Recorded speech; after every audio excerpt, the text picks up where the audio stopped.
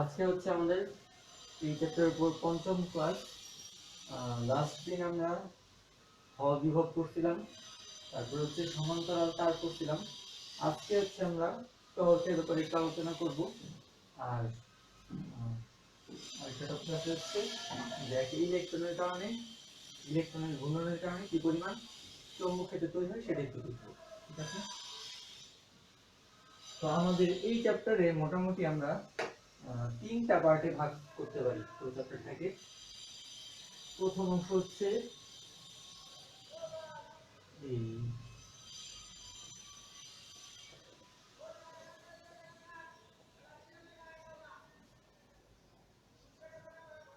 Buyer-Savart ল, তারপর হচ্ছে চৌম্বক ক্ষেত্রের মান,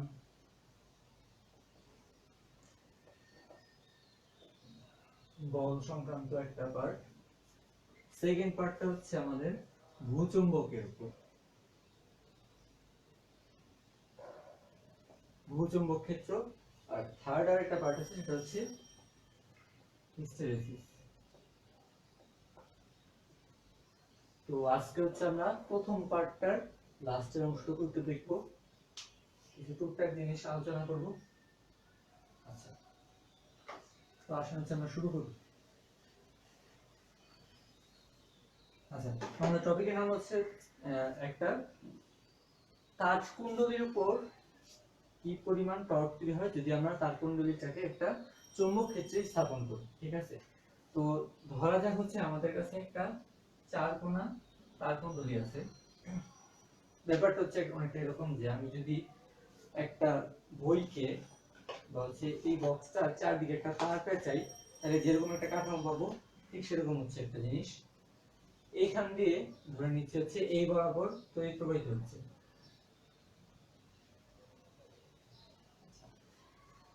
এই পরিবাহী তারটাকে আমি একটা চৌম্বক ক্ষেত্রে স্থাপন করলাম। চৌম্বক ক্ষেত্রটা ধরে নিচ্ছে হচ্ছে এইদিকে।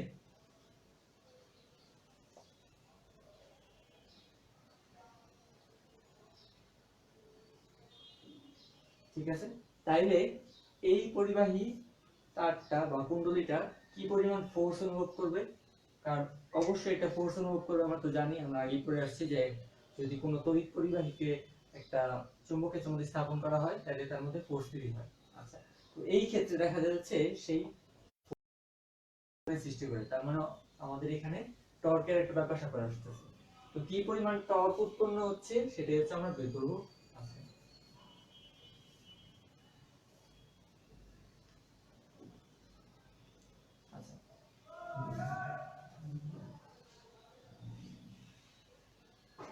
তো এখন আমরা খেয়াল করে যদি দেখি, প্রথম অবস্থায় আমরা যখন এফ করছিলাম I into L cross B ছিল, আর এই দৈর্ঘ্যের দিক ছিল হচ্ছে তড়িৎ প্রবাহ যেদিকে হচ্ছে সেদিকে। ঠিক আছে, তো খেয়াল করে দেখেন আমাদের প্রথম অংশটুকু যে তার, আমি যদি এটাকে এ বি সি ডি দিয়ে চিহ্নিত করি, এ বি অংশটুকের মধ্যে তড়িৎ প্রবাহ হচ্ছে উপরের দিকে, তার মানে এই অংশটুকের ডিরেকশন উপর দিকে, দৈর্ঘ্যের ডিরেকশন উপর দিকে, আর হচ্ছে বি এই পাশে। আচ্ছা, এখন যদি আমরা ফোর্স বের করতে চাই তাহলে কি হবে? এল ক্রস বি মানে হচ্ছে উপরের দিকে এল, বি হচ্ছে এদিকে। এল ক্রস বি আমাদের বৃদ্ধাঙ্গুলি ভিতরের দিকে নির্দেশ করতেছে, তার মানে এই তারটা ভিতরের দিকে একটা ফোর্স অনুভব করবে, ভিতরের দিকে। আচ্ছা, আবার খেয়াল করে দেখেন এই বিসি অংশে কি হচ্ছে? বিসি অংশে হচ্ছে এইদিকে তড়িৎ প্রবাহ, তার মানে আমাদের দৈর্ঘ্যটাও এইদিকে, আবার ডিও এইদিকে। তার মানে কি দুইটা একই দিকে, দুইটা যদি একই দিকে থাকে তাহলে হচ্ছে আমাদের মধ্যবর্তী কোণ কত? L B sine 0 degree. Ultimately কোনো ফোর্স কিন্তু আমরা পাবো না, কারণ সাইন 0 মান হচ্ছে 0। ঠিক আছে, তার মানে আমাদের এই তারের উপর আলটিমেটলি এই চৌম্বক ক্ষেত্রের কোনো প্রভাব নাই। আচ্ছা, এখন আসা হচ্ছে সিডি অংশে। সিডি অংশে দৈর্ঘ্য কোন দিকে হবে? অবশ্যই নিচের দিকে, কারণ তড়িৎ প্রবাহ নিচের দিকে হচ্ছে। আচ্ছা, তাইলে আমাদের বি এর দিকের সাথে যদি আমরা হাত ঘুরাই কি পাবো? নিচের দিকে এল, এদিকে হচ্ছে বি, তাহলে এল থেকে বি এর দিকে যদি হাত ঘুরাই বৃদ্ধাঙ্গুলি বাইরের দিকে নির্দেশ করতেছে। তার মানে আমাদের ফোর্সটা পাবো হচ্ছে আমরা বাইরের দিকে, ঠিক আছে।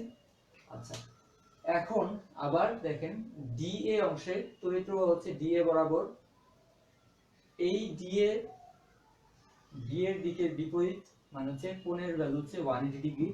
আমরা যদি এখানে মান বসাই sin 180 0 আসতেছে, তার মানে এই তারের উপর আলটিমেটলি কোনো প্রভাব নেই, এই অংশ আর এই অংশ তাহলে কোনো ফোর্স অনুভব করবে না। আচ্ছা, এখন চিন্তা করে দেখেন আমাদের তাহলে কাজ করতেছে কোন দুইটা জিনিস, এই অংশটুকু আর হচ্ছে সিডি অংশটুকু, এবি আর সিডি অংশটুকু। খেয়াল করে দেখেন এই ফোর্সটা কি ভিতরের দিকে, আবার এই ফোর্সটা বাইরের দিকে। এখন যদি কোনো একটা বস্তুকে ধরেন হচ্ছে এটার মাঝখানের দিকে কিছু দিয়ে আটকানো, এখন আপনি এই দিকে ফোর্স দিলেন আবার এদিকে টান দিলেন, তাহলে কি হবে? আলটিমেটলি জিনিসটা এরকম করে ঘোরা শুরু করবে, ঠিক আছে। এইখানেও ঠিক সেম জিনিস হচ্ছে। আর যখনই কোনো কিছু ঘুরতে শুরু করে সেখানে কি চলে আসে? টর্কের ব্যাপার স্যাপার চলে আসে।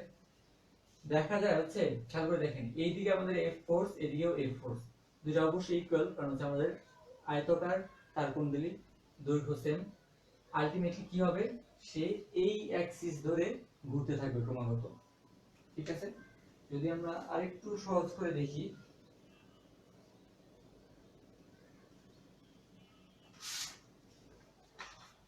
ধরে নেন একটা পেজ, তার চারপাশে হচ্ছে একটা তারকুণ্ডলী পেঁচানো। এখন যদি কেউ একজন এদিকে বল দেয় আবার কেউ একজন এদিক থেকে টানে, তাহলে কি হবে? আলটিমেটলি সে এভাবে ঘোরা শুরু করবে, ঠিক আছে। এটাই হচ্ছে এখানে কাজ কারবার। এখন কথা হচ্ছে আমরা টর্ক যখন করছিলাম, টর্কের মান কি ছিল? আর ক্রস এফ, ঠিক আছে, বা হচ্ছে আমরা এটাকে আর এফ সাইন থিটা লিখতে পারি।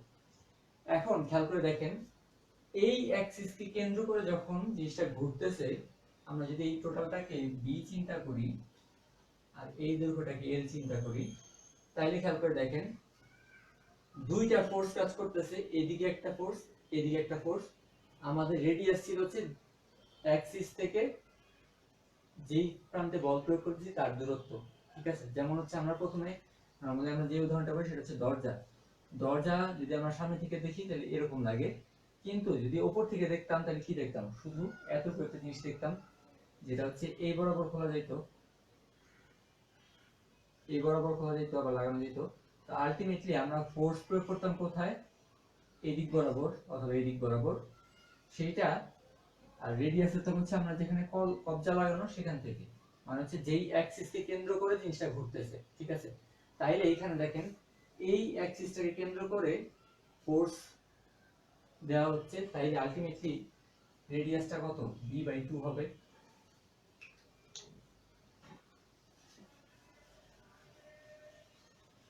ঠিক আছে।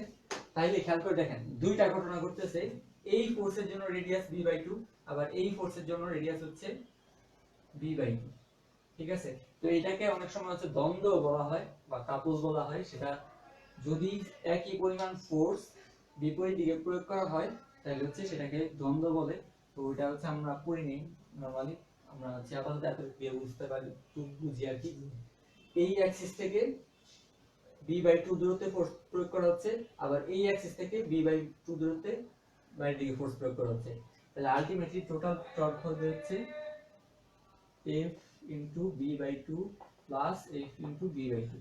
এটা হচ্ছে দুইটা টর্কের যোগফল, মানে F into R যোগ F into R, কারণ হচ্ছে দুইটা ফোর্স দুইবার ক্যালকুলেট করলে যোগ করলাম, ঠিক আছে। তো আলটিমেটলি কি দেখা যায়?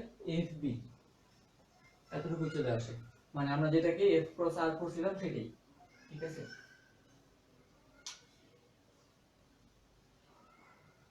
আচ্ছা, এখন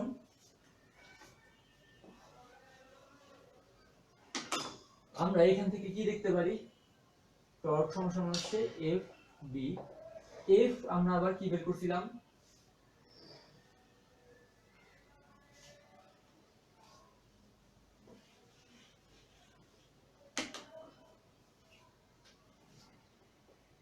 I L B sine theta into B. আচ্ছা, এইখানে খেয়াল করে দেখেন আমাদের কাছে যখন একটা তার ছিল তখন হচ্ছে আমরা আইএল বি সাইন থিটা ধরতাম। এখন দেখেন আমাদের যদি এন পাকের কুণ্ডলী থাকে তাহলে আমাদের কি করতে হবে, এন দিয়ে গুণ করতে হচ্ছে, কারণ প্রতি তারের জন্য কি বাড়তে থাকবে আস্তে আস্তে টর্কের পরিমাণ। এখন খেয়াল করে দেখেন N I L into B, এই অংশটুকু আমি আলাদা করে নিয়ে আসলাম, এই বিটার সাথে এই এলটা নিয়ে আসলাম, ঠিক আছে। আর এই যে এল ক্রস বি এটা আসলে কি মিন করতেছে খেয়াল করে দেখেন, এল হচ্ছে এই কুণ্ডলীর দৈর্ঘ্য, আবার কুণ্ডলীর প্রস্থ ছিল হচ্ছে বি, তাহলে এল ক্রস বি কি নির্দেশ করতেছে, নির্দেশ করতে হচ্ছে এই কুণ্ডলীর ক্ষেত্রফল।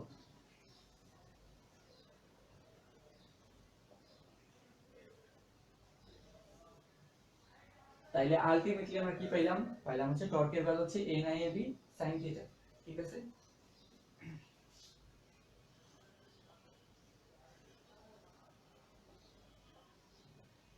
এটাকে এভাবে দেখা যায়।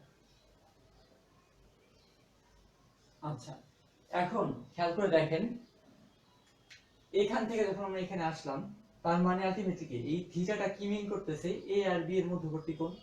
আচ্ছা এখন বি কোন দিকে ছিল, এই দিকে ছিল, এ কোন দিকে আসলে, এ কি ক্ষেত্রফল না, ক্ষেত্রফল ভেক্টরের দিক কোন দিকে, তলের সাথে লম্ব বরাবর।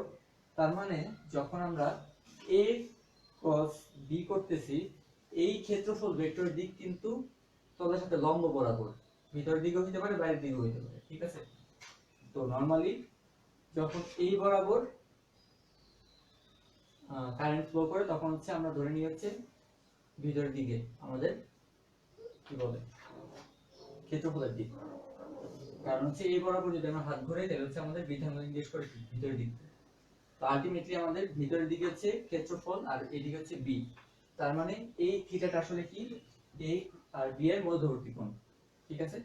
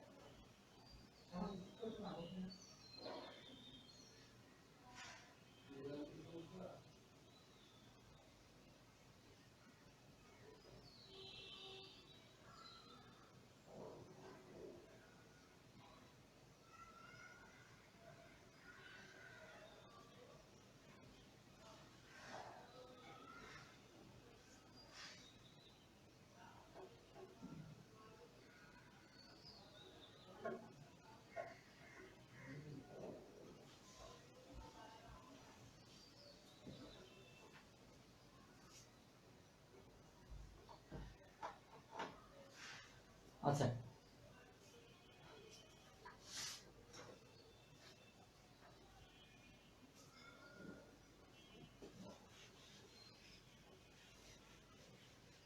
তো এটা হচ্ছে আমাদের একদম সিম্পল যে কন্ডিশনটা, সেটা আমরা একটু ভিতরে যাই, ঠিক আছে।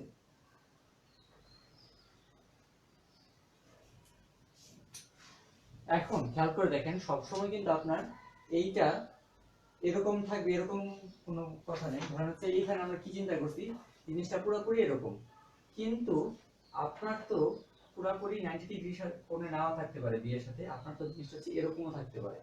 ব্যাপারটা হচ্ছে যদি আমরা চিত্র আঁকি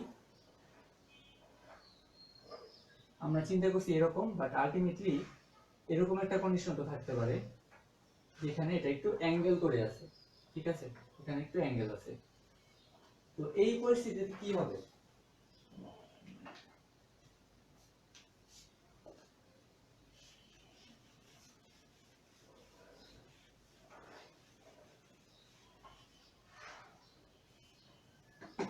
আচ্ছা তো খেয়াল করে দেখি আমরা যখন টর্কের ভ্যালু বের করলাম NIAB sin থিটা, আচ্ছা এই থিটা কি ছিল, থিটা ছিল হচ্ছে এ আর বি এর মধ্যবর্তী কোণ, ঠিক আছে। তো এখন খেয়াল করে দেখেন আমাদের বি ছিল এদিকে,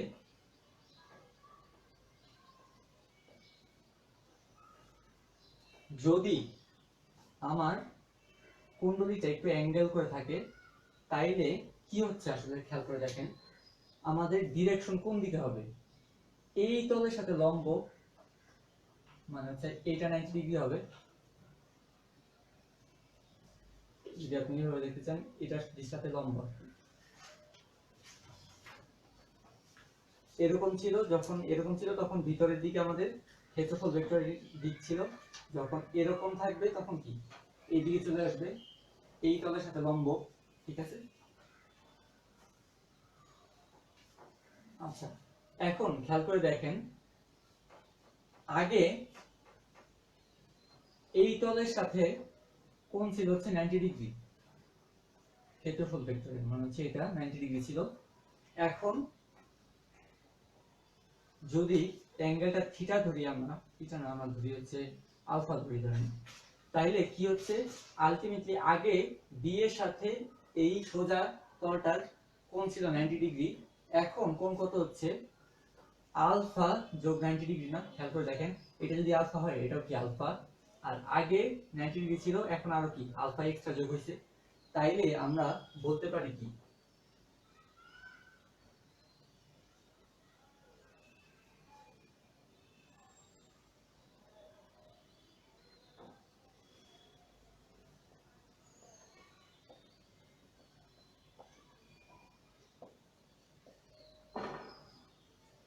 ঠিক আছে।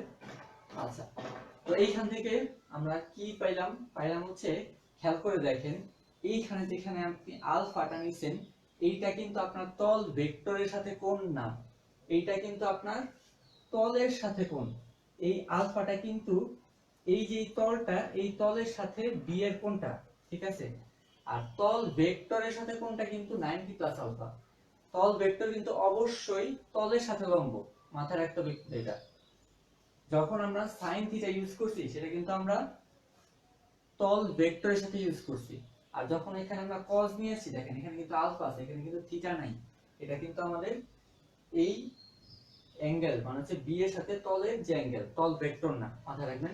কোশ্চেনে যদি কখনো দেখেন যে তল ভেক্টর বা ক্ষেত্রফল ভেক্টর কথাটা লেখা আছে, তখন আপনার অবশ্যই সাইনে চলে যেতে হবে, আর যদি শুধু তলের কথা বলে তখন হচ্ছে আপনার cos ইউজ করতে হবে। ঠিক আছে,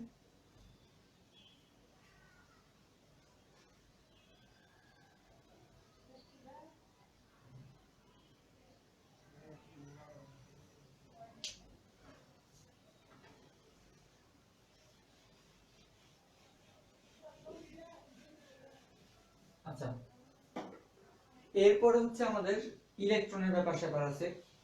তো আমরা প্রথম দিন যেটা করছিলাম যে একটা গতিশীল চার্জ, প্রথম দিন দ্বিতীয় দিন করছিলাম, একটা গতিশীল চার্জ হচ্ছে তার চারপাশে চৌম্বক ক্ষেত্র তৈরি করে, বা হচ্ছে একটা পরিবাহিতা তার চারপাশে চৌম্বক ক্ষেত্র তৈরি করে। তো মেইনলি আমাদের কনসেপ্টটা ছিল এরকম যে একটা চার্জ যদি গতিশীল হয় তাহলে আমাদের তার চারপাশে চৌম্বক ক্ষেত্র তৈরি হবে। ঠিক আছে, তাহলে সেই ব্যাপারটা হচ্ছে আমরা এখানে একদম পরমাণুর মধ্যে কি হয় সেটা একটু দেখব। তো পরমাণুর মধ্যে একটা পজিটিভ চার্জকে কেন্দ্র করে কি হয়, ইলেকট্রনগুলো ঘুরতে থাকে। ঠিক আছে, ইলেকট্রনগুলো যখন ঘুরতে থাকে, খেয়াল করে দেখেন ইলেকট্রন ঘোরা মানে কি, ইলেকট্রনের একটা গতি আছে, একটা মোশন আছে, আর যদি চার্জ গতিশীল অবস্থায় থাকে তাহলে কি অবশ্যই তার চারপাশে একটা চৌম্বক ক্ষেত্র তৈরি হবে।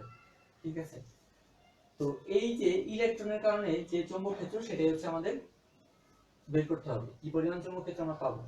এইখানে আবার কথা আছে, এখানে দুইটা ব্যাপার ঘটে, একটা হচ্ছে ইলেকট্রনের স্পিনের কারণে চৌম্বক ক্ষেত্র, আর সরি স্পিনের কারণে চৌম্বক ক্ষেত্র, আর একটা হচ্ছে ইলেকট্রন যে ঘুরতেছে নিউক্লিয়াসকে কেন্দ্র করে তার জন্য একটা চৌম্বক ক্ষেত্র। মানে কি, মানে হচ্ছে আমরা ওই আণবিক গতি আর বার্ষিক গতি পড়ছিলাম ছোটবেলায়। তো আণবিক গতি কি ছিল, আমাদের পৃথিবী তার নিজ অক্ষকে কেন্দ্র করে যে ঘুরতেছে সেই জন্য যে গতি সেটাকে আমরা আণবিক গতি বলতাম, আর সূর্যকে কেন্দ্র করে যেটা ঘুরতেছে সেটাকে আমরা বার্ষিক গতি বলতাম। তো ইলেকট্রনের ক্ষেত্রে কিন্তু সেম, ইলেকট্রন কিন্তু নিউক্লিয়াসকে কেন্দ্র করে ঘুরতেছে, আবার তার নিজের অক্ষরে কেন্দ্র করে ঘুরতেছে, যেটাকে আমরা স্পিন বলতাম, প্লাস হাফ আর মাইনাস হাফ। ঠিক আছে, তো দুই কারণে হচ্ছে আমাদের চৌম্বক ক্ষেত্র তৈরি হবে, এটা আমরা একটু দেখব।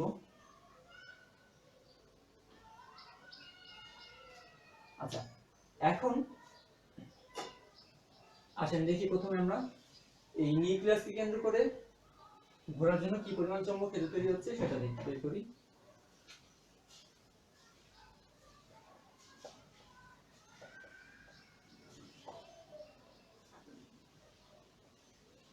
আমরা পড়ছিলাম হচ্ছে বৃত্তাকার কুণ্ডলীর কেন্দ্রে চৌম্বক ক্ষেত্রের মান হচ্ছে এরকম, ঠিক আছে। তো এইটাকে আপনি অনেকটা বৃত্তাকার কুণ্ডলীর মতো চিন্তা করতে পারেন, কারণ হচ্ছে ইলেকট্রন বৃত্তাকার পথে ঘুরতেছে, মানে চার্জ বৃত্তাকার পথে গতিশীল। আচ্ছা, এখন আমরা আবার যদি এইখানে আই আই সমান সমান হচ্ছে কিউ বাই টি পড়ছিলাম আমরা ছোটবেলায়। তো কিউ কি ছিল? চার্জ। তো এখানে চার্জ কি? ইলেকট্রন, ইলেকট্রনের যে চার্জ। আচ্ছা, এখন আমরা আবার আরেকটা জিনিস জানতাম, সেটা হচ্ছে এইচ সমান সমান হচ্ছে বিটি, ঠিক আছে। তো আমরা এটা হচ্ছে আমাদের কি বলে দূরত্ব, বেগ ইনটু সময়। এখন যদি আমরা এই ইলেকট্রনটার একবার ঘুরে আসতে সময় চিন্তা করি, তাহলে সেটাকে আমরা কি বলবো? পর্যায়কাল বলবো না, কারণ কোনো পূর্ণ স্পন্দন বা হচ্ছে পূর্ণ চক্র সম্পন্ন করতে যে সময় লাগে সেটাকে বলা হচ্ছে পর্যায়কাল। সেটাকে আমরা বড় হাতে টি দিয়ে প্রকাশ করতাম, ঠিক আছে। এর সমান হচ্ছে ভিটি। এখন কথা হচ্ছে পূর্ণ চক্র যদি সম্পন্ন করে তাহলে তার টোটাল দূরত্ব কত হবে? অবশ্যই তার পরিধি সমান।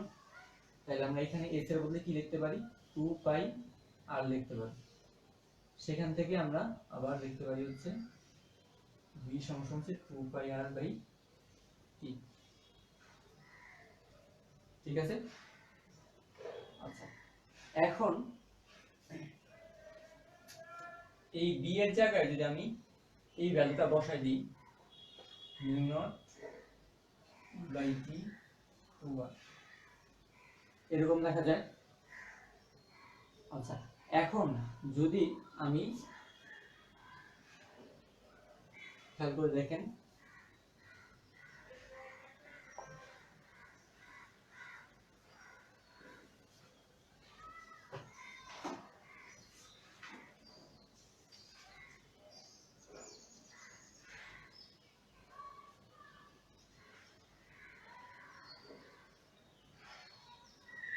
আচ্ছা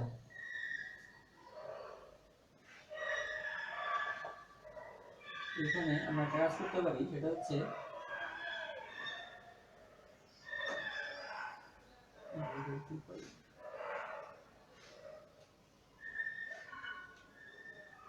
তারপরে দেখেন এখানে কি এর ভ্যালু আমরা বের করতে পারি। বি এর ভ্যালু বের না করে 2 পাই আর ডি। আচ্ছা, mu naught I by 2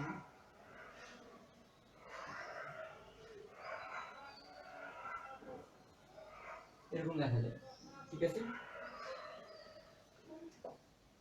mu naught I by 4 pi আর।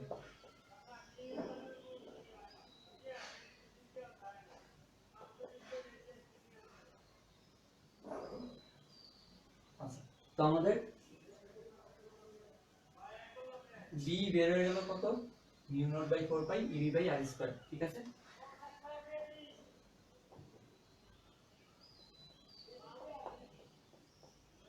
তো এটা আসলে কি? এটা হচ্ছে আমাদের যখন একটা ইলেকট্রন নিউক্লিয়াসকে কেন্দ্র করে ঘুরে, তখন ইলেকট্রনের গতির কারণে কেন্দ্রে যে চৌম্বক ক্ষেত্র তৈরি হচ্ছে সেটার ভ্যালু, ঠিক আছে। তো এইটা নিয়ে আমরা একটু আবার কাজ কারবার করব।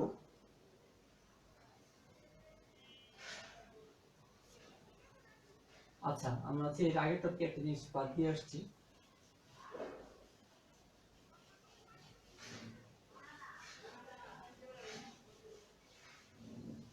আচ্ছা, একটু আগে যে আমরা পড়লাম টর্ক, এই টর্ক সমান সমান হচ্ছে N I A cross B, এরকম ছিল, ঠিক আছে।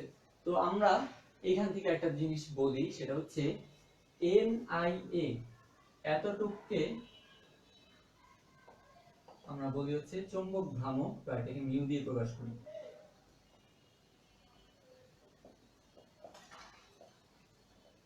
তো এটাকে কেন চৌম্বক ভ্রামক বলা হয় সেটা যদি বুঝতে যাই, তাহলে হচ্ছে আমাদের একটু কি বলে দ্বিতীয় অধ্যায়ে যেতে হবে, স্থির তড়িতে।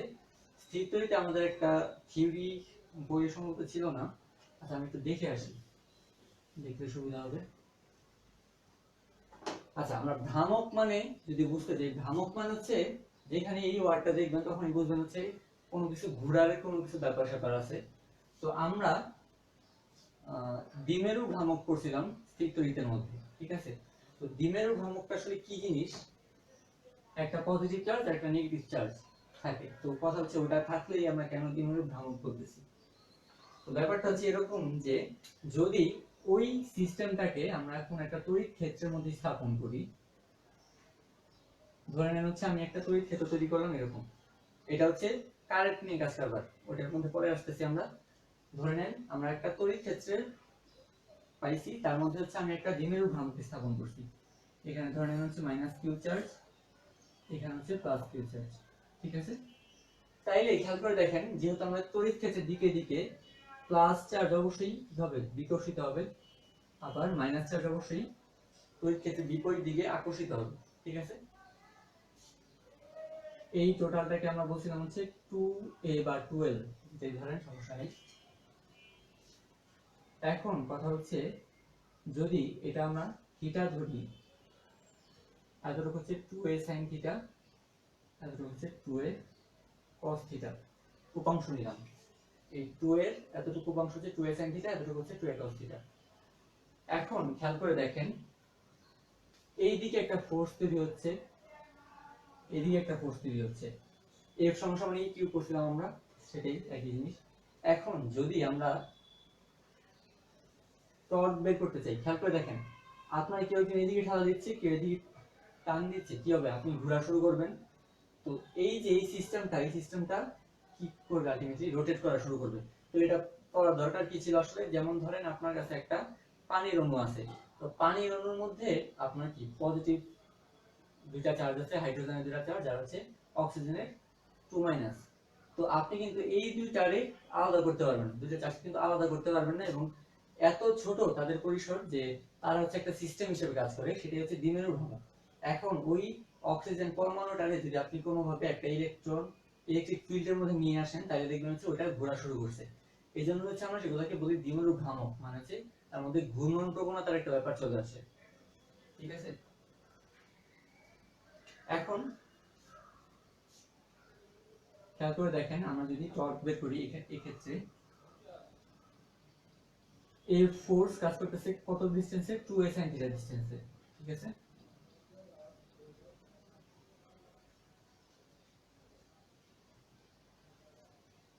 আচ্ছা, এখন F সমান সমান আবার কি লেখা যায়, E কিউ লেখা যায়, এইটাকে E into 2a Q sin theta, এটা লেখা যায়। এখন দেখেন, আমরা 2a কিউ সমান সমান আমরা করছিলাম কিন্তু দ্বিমেরু ভ্রামক P, ঠিক আছে। তো EP sin থিটা এরকম দেখতে পারতাম আমরা, তাহলে আমাদের টর্ক, ঠিক আছে। এখন খেয়াল করে দেখেন, এই টর্কটা আসলে কি, EP sin থিটা বা E ক্রস P বলতে পারেন আপনি, E ক্রস,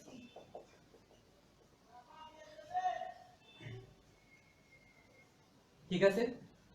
তো এইখানে আলটিমেটলি টর্কটা কি হচ্ছে, দ্বিমেরু ভ্রামক আর হচ্ছে তড়িৎ ক্ষেত্রের ক্রস প্রোডাক্ট, ঠিক আছে। এখন এইখানে আসেন, এইখানে আসলে কি হচ্ছে, টর্ক সমান সমান হচ্ছে NIA ক্রস B, B চৌম্বক ক্ষেত্র ছিল, এইখানে তড়িৎ ক্ষেত্র ছিল, আর বাকি টুককে আমরা কার সাথে তুলনা করছি, P এর সাথে তুলনা করছি। P কি ছিল, তড়িৎ দ্বিমেরু ভ্রামক, আর এইখানে আমরা চিন্তা করতেছি NIA কে চৌম্বক ভ্রামক বা চৌম্বক দ্বিমেরু ভ্রামক, যেটাই বলেন। কনসেপ্ট আসছে হচ্ছে এখান থেকে, এইটার সাথে আমরা এটাকে ম্যাচ করার ট্রাই করি। B ছিল এখানে চৌম্বক ক্ষেত্র, এখানে হচ্ছে E ছিল তড়িৎ ক্ষেত্র, এখানে P ছিল হচ্ছে তড়িৎ দ্বিমেরু ভ্রামক, এখানে B বাদে যতটুকু আছে সেটাকে আমরা ধরতেছি কি, চৌম্বক ভ্রামক, বুঝতে পারছেন।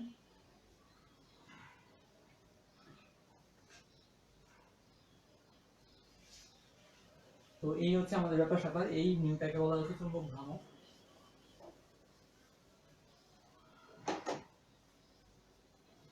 আচ্ছা,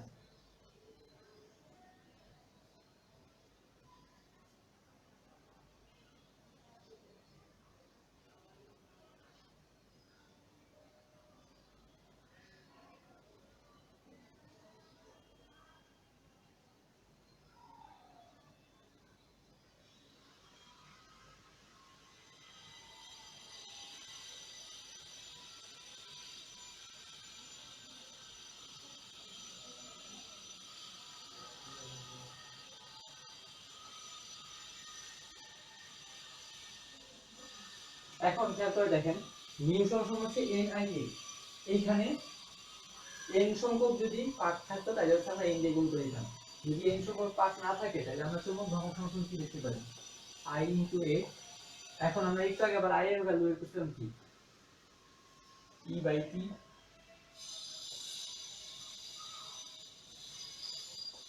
আর A হচ্ছে আমাদের πr², অবশ্যই, কারণ হচ্ছে একটা ইলেকট্রন যখন বৃত্তাকার পথে ঘুরতেছে তখন তার এরিয়া হচ্ছে আমাদের এটা, ঠিক আছে।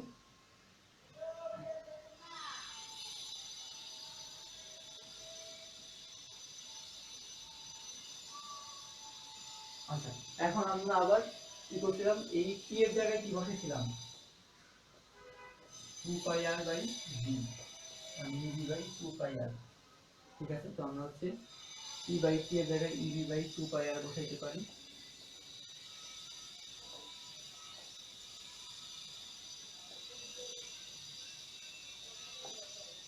আচ্ছা, এখন যদি আমি উপর নিচে n দিয়ে গুণ করে দিই,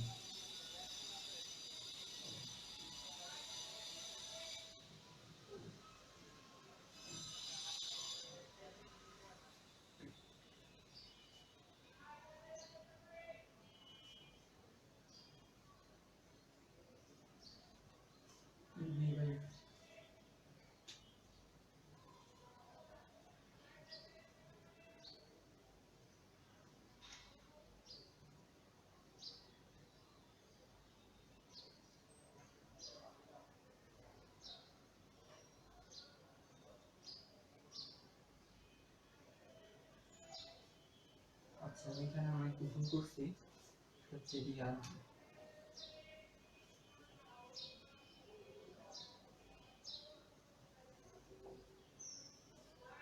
আচ্ছা খেয়াল করে দেখেন এখানে e/2m * nvr লেখা যায়, ঠিক আছে।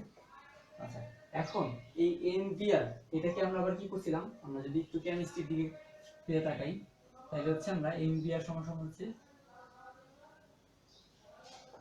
কৌণিক ভরবেগ ছিল, ঠিক আছে।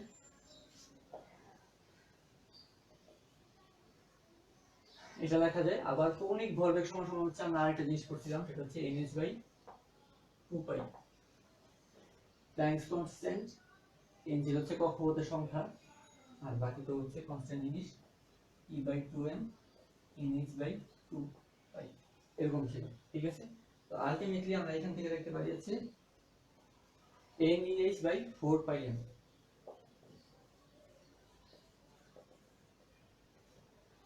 ঠিক আছে। তো আমাদের এখানে আমরা পাইলাম হচ্ছে কি পরিমাণ চৌম্বক ভ্রামক তৈরি হচ্ছে সেটা, ঠিক আছে। প্রথমে আমরা বের করছিলাম কি কি পরিমাণ চৌম্বক ক্ষেত্র তৈরি হচ্ছে, ওই যে mu naught bye sorry ev/2π, কি জানি ছিল, সেটা হচ্ছে মিউ নট বাই 4π ev/r²। প্রথমে যেটা আমরা করলাম মিউ নট বাই 4π ev/r², সেটা হচ্ছে তো আমাদের d, আর এখানে হচ্ছে আমাদের মিউ এর ভ্যালু বের হইলো NEH/4πm, ঠিক আছে। তো এই হচ্ছে আমাদের ইলেকট্রনের ব্যাপার স্যাপার চৌম্বক ক্ষেত্রের মধ্যে।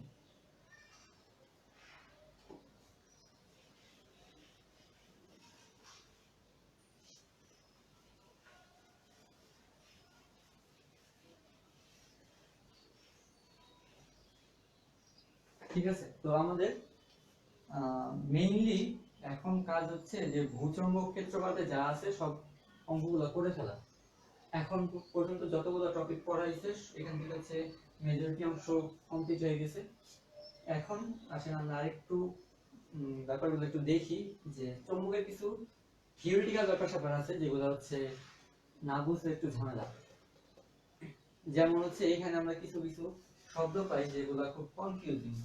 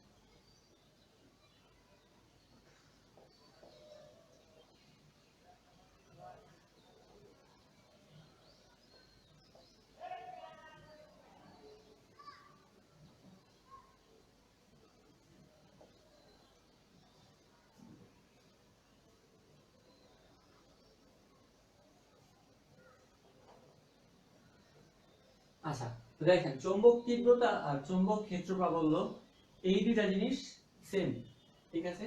আবার চুম্বকায়ন তীব্রতা, চুম্বকায়ন মাত্রা বা চুম্বকায়ন এটা হচ্ছে আমাদের সেম, এই তিনটার কথা মানে সেম। এখন কথা হচ্ছে কোনটা দিয়ে কি বোঝায় আসলে, ঠিক আছে। তো বি সমান সমান হচ্ছে এইচ সমান সমান হচ্ছে বি বাই মিউ নট, বা হচ্ছে এরকম একটা জিনিস আমরা বইয়ে দেখি, কিন্তু কি মিনিং করে আসলে আমরা বুঝি না। তো আসলে একটু দেখি কি বোঝা যায় এর থেকে। খেয়াল করে দেখবেন হচ্ছে আমরা যখনই বি এর ভ্যালু বের করতাম, চৌম্বক ক্ষেত্র যেটা বলি আমরা, সেটা কি ছিল, একটা চার্জের উপর কাজ করতেছিল অবশ্যই। যেমন যখন আমরা বলছিলাম যে একটা গতিশীল চার্জের উপর বহিস্থ চৌম্বক ক্ষেত্র প্রয়োগ করা হইলে তার উপর ক্রিয়াশীল বল, অথবা একটা তারের উপর চৌম্বক ক্ষেত্র প্রয়োগ করা হইলে তার উপর ক্রিয়াশীল বল, ঠিক আছে। তো খেয়াল করে দেখেন কোন কিছুর উপর আমি প্রয়োগ করতেছি চৌম্বক ক্ষেত্রটা। এখন কথা হচ্ছে যে চৌম্বক ক্ষেত্র কিন্তু মাধ্যমের উপর ডিপেন্ড করে। যেমন ধরেন আপনার কাছে দুইটা চৌম্বক আছে, শক্তিশালী চৌম্বক, দুইটা কি কাছাকাছি আনলে খুব দ্রুত লেগে যাবে। এখন আপনি যদি ওই চৌম্বকের মাঝে একটা দুইটা আঙ্গুল দিয়ে দেন, তারপরে দুইটাকে চৌম্বকের কাছাকাছি নিয়ে আসেন, আগের মতো কি তারা আকর্ষণ করতে পারবে? পারবে না কিন্তু।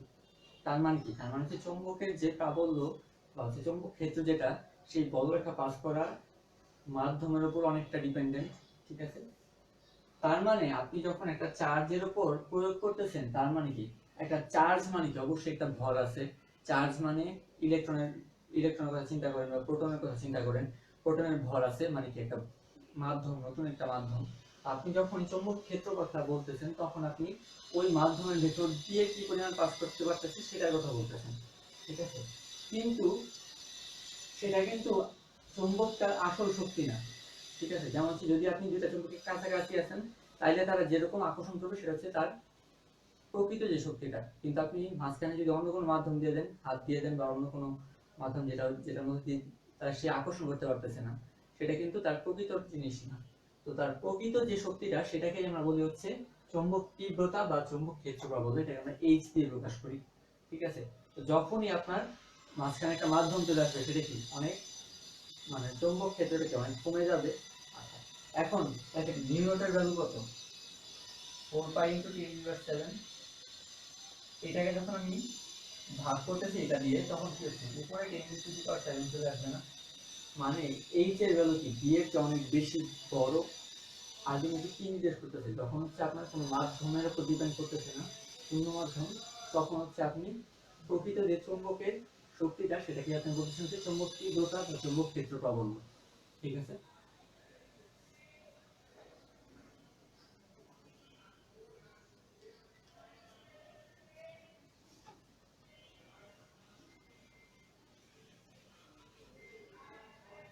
আচ্ছা, এখন আসলে হচ্ছে চুম্বকায়ন তীব্রতা বা চুম্বকায়ন মাত্রা বা চুম্বকায়ন, এটা দিয়ে কি বোঝায়।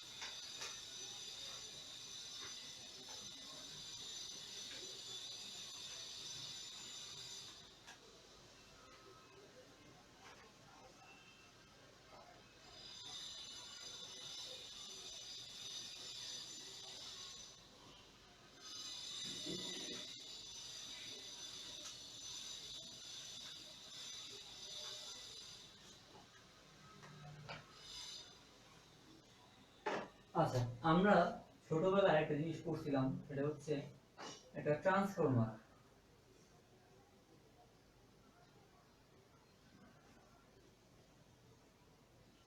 এরকম থাকে, ঠিক আছে। তো ট্রান্সফরমারে এই যে লোহার কোরটা ব্যবহার করা হয় বা কাঁচা লোহা করছিলাম আমরা, এই কাঁচা লোহাটা আসলে কেন ব্যবহার করা হয়?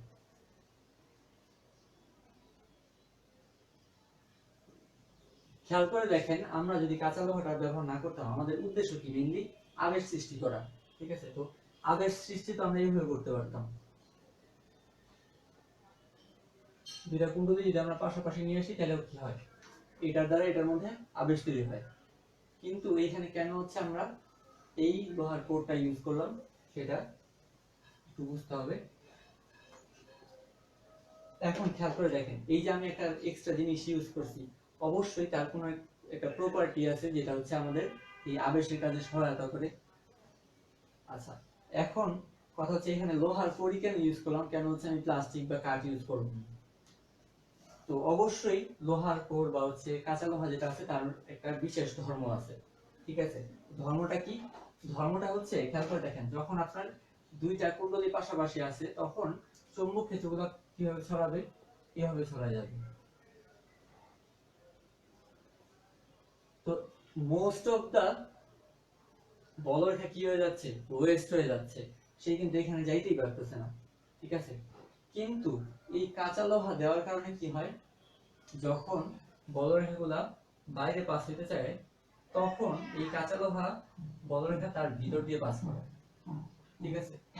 মানে হচ্ছে বেশিরভাগ বলরেখা কি করতেছে, এই কি বল কাঁচা লোহাটা অ্যাবজর্ব করে নিচ্ছে, তার ভিতর দিয়ে পাস করাচ্ছে, ঠিক আছে? তো তার ভিতর দিয়ে যখন পাস করায় তখন কি হয়, এই যে এখানে যে আরেকটা কুণ্ডলী আছে তার ভিতর দিয়েও পাস হয়, মানে তার ভিতর দিয়ে বেশিরভাগ বলরেখা পাস হয়। তো আমাদের ওয়েস্টেজের পরিমাণ কমে যায়, আমরা আমাদের উদ্দেশ্য সফল করা হচ্ছে সহজ হয়ে যায়। এখন কথা হচ্ছে এইখানে লোহার কোর ইউজ করছি আমরা বা হচ্ছে কাঁচা লোহা ইউজ করছি আমরা, এই কাঁচা লোহার একটা নির্দিষ্ট ধর্মের কারণে কি সে এই বলরেখাগুলো তার মধ্যে নিয়ে নিতে পারছে, তার অ্যাবজর্পশন করার একটা টেন্ডেন্সি আছে। এই যে এই ব্যাপারটা, এটা বলা হচ্ছে চুম্বকায়ন তীব্রতা বা চুম্বকায়ন মাত্রা বা চুম্বকায়ন, মানে হচ্ছে আপনি যত বেশি চুম্বক ক্ষেত্র প্রয়োগ করবেন সে কতটুকু নিতে পারতেছে, কত বেশি তার নেওয়ার আগ্রহ আছে, সেটাই হচ্ছে তার চুম্বকায়ন তীব্রতা বা চুম্বকায়ন মাত্রা, ঠিক আছে?